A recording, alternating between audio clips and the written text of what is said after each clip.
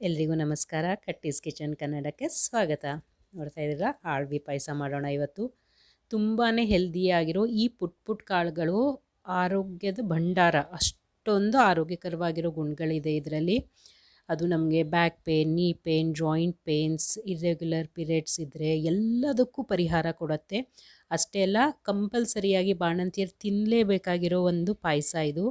ಅಷ್ಟೊಂದು ಹೆಲ್ದಿ ಪಾಯಸ ಇದು. ಪಾಯಸ ಅಲ್ಲ, ಆಳ್ವಿ ತಿನ್ನಬೇಕು. ಆಳ್ವಿನ ಪಾಯಸದ ರೂಪದಲ್ಲಿ ತಿಂದರೆ ತುಂಬ ರುಚಿಯಾಗಿರುತ್ತೆ ಅಂತ ತುಂಬ ಜನ ಮಾಡೋಕ್ಕೆ ಹಿಂದೆ ಮುಂದೆ ನೋಡ್ತಾರೆ, ಯಾಕಂದರೆ ಇದು ಜಿಗಟಾಗತ್ತೆ ಅಂತ. ಇವತ್ತು ನಾವು ಕಟ್ಟೀಸ್ ಕಿಚನ್ ಕನ್ನಡದಲ್ಲಿ ಆಳ್ವಿ ಪಾಯಸ ಜಿಗಟಾಗದೇ ಇರೋ ಹಾಗೆ ತುಂಬ ರುಚಿಯಾಗಿ ಹೇಗೆ ಮಾಡೋದು ಅಂತ ನೋಡೋಣ. ಚಿಕ್ಕ ಮಕ್ಕಳಿಗೆ, ದೊಡ್ಡವ್ರಿಗೆ, ಯಾರಿಗೆ ಬೋನ್ಸದ್ದು ಸ್ವಲ್ಪ ಸ್ಟ್ರೆಂತ್ ಕಡಿಮೆ ಇದೆ ಅನಿಸುತ್ತೆ, ಡೆಫಿನೆಟ್ಲಿ ತಿನ್ನಿ. ಫ್ರ್ಯಾಕ್ಚರ್ ಆಗಿದ್ದರೆ ತಿನ್ನಿ, ಬೇಗ ಗಟ್ಟಿಯಾಗತ್ತೆ ಬೋನ್ಸ್. ಇದಕ್ಕೆ ಅರ್ಧ ಚಮಚ ತುಪ್ಪದಲ್ಲಿ 1 ಟೇಬಲ್ ಸ್ಪೂನಷ್ಟು ಆಳ್ವಿನ ನಾನು ಹುರ್ಕೋತಾ ಇದ್ದೀನಿ. ಇದನ್ನು ಚೆನ್ನಾಗಿ ಒಂದು 2ರಿಂದ 3 ನಿಮಿಷ ಹೀಗೆ ಮಂದೂರಿಯಲ್ಲಿ ಹುರ್ಕೊಳ್ಳೋಣ. ಸಣ್ಣಗಿದೆ ಫ್ಲೇಮು. ಇದನ್ನು ಹುರ್ಕೊಂಡ್ಬಿಟ್ಟು ಇದಕ್ಕೆ 1/4 ಕಪ್ಪಷ್ಟು ನೀರು ಸೇರಿಸ್ಕೊಳ್ಳೋಣ. ಇದು ನೋಡಿ, ಈ ಪ್ರೋಸೆಸ್ ಇಂಪಾರ್ಟೆಂಟು. ಡೈರೆಕ್ಟ್ ಹಾಲಲ್ಲಿ ಹಾಕಿದರೆ ಜಿಗಟಾಗುತ್ತೆ. ಈಗ ಇದರದ್ದು ಜಿಗಟ್ತನ ಎಲ್ಲ ಹೋಗಿಬಿಡುತ್ತೆ. ಹೀಗೆ ನೋಡಿ, ಗಟ್ಟಿಯಾಗಿಬಿಡುತ್ತೆ, ಹೀರ್ಕೊಂಡ್ಬಿಡುತ್ತೆ ಇದೆಲ್ಲ ನೀರನ್ನು. ಆವಾಗ ನಾವು ಇದಕ್ಕೆ ಕಾಯಿಸಿ ಆರಿಸಿರೋ 2 ಕಪ್ ಹಾಲು ಬೇಕಾಗುತ್ತೆ. ಸದ್ಯಕ್ಕೆ 1 ಕಪ್ ಮಾತ್ರ ಹಾಕಿ ಕುದಿಸ್ಕೊಳ್ಳೋಣ. ಅದು ಮತ್ತೆ ಹಾಲು ಹೀರ್ಕೊಳ್ಳುತ್ತೆ. 1 ಕಪ್ ಹಾಕಿ ಅದನ್ನು ಕುದಿಯೋಕ್ಕಿಟ್ಟು, ಇಲ್ಲಿ ನಾನು 10 ಗೋಡಂಬಿ, 10 ಬಾದಾಮಿ ಮತ್ತು ಒಂದು 2 ಏಲಕ್ಕಿನ ತೊಗೊಂಡು ಚೆನ್ನಾಗಿ ಪೌಡ್ರ್ ಮಾಡ್ಕೊಂಡಿದ್ದೀನಿ. ನೋಡಿ, ಅದು ಗಟ್ಟಿಯಾಯಿತು. ಈಗ ಮತ್ತೆ ಹಾಲು ಸೇರಿಸ್ಕೊಂಡಿರೋದು 1 ಕಪ್, ಟೋಟಲ್ 2 ಕಪ್ ಹಾಲಿದೆ. ಅದಕ್ಕೆ ನಾವು ಮಾಡಿಟ್ಕೊಂಡಿರೋ ಡ್ರೈ ಫ್ರೂಟ್ಸ್ ಪೌಡರ್ನ ಹಾಕೋಣ.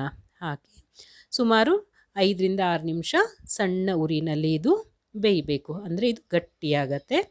ಪಾಯಸ ತುಂಬ ಖೀರ್ಗಿಂತನೂ ರುಚಿಯಾಗಿರುತ್ತೆ. ತುಂಬಾ ಹೆಲ್ದಿ ಪಾಯಸ. ಆದರೆ ಹೇಳ್ತಾರೆ, ನಮಗೆಲ್ಲ ಹೇಳ್ತಾಯಿದ್ರು ಅಮ್ಮ, ಅದು ನೀವು ಮಿನಿಮಮ್ 3 ಸಾರಿ ತಿನ್ನಲೇಬೇಕು ಬಾಣಂತಿಯರು ಬಾಣಂತನದಲ್ಲಿ, ಅಂದ್ರೇ ನಿಮ್ಮ ಬೋನ್ಸ್ ಗಟ್ಟಿಯಾಗಿ ಮುಂದೆ ಬ್ಯಾಕ್ ಪೇನ್ ಬರಲ್ಲ ಅಂತ.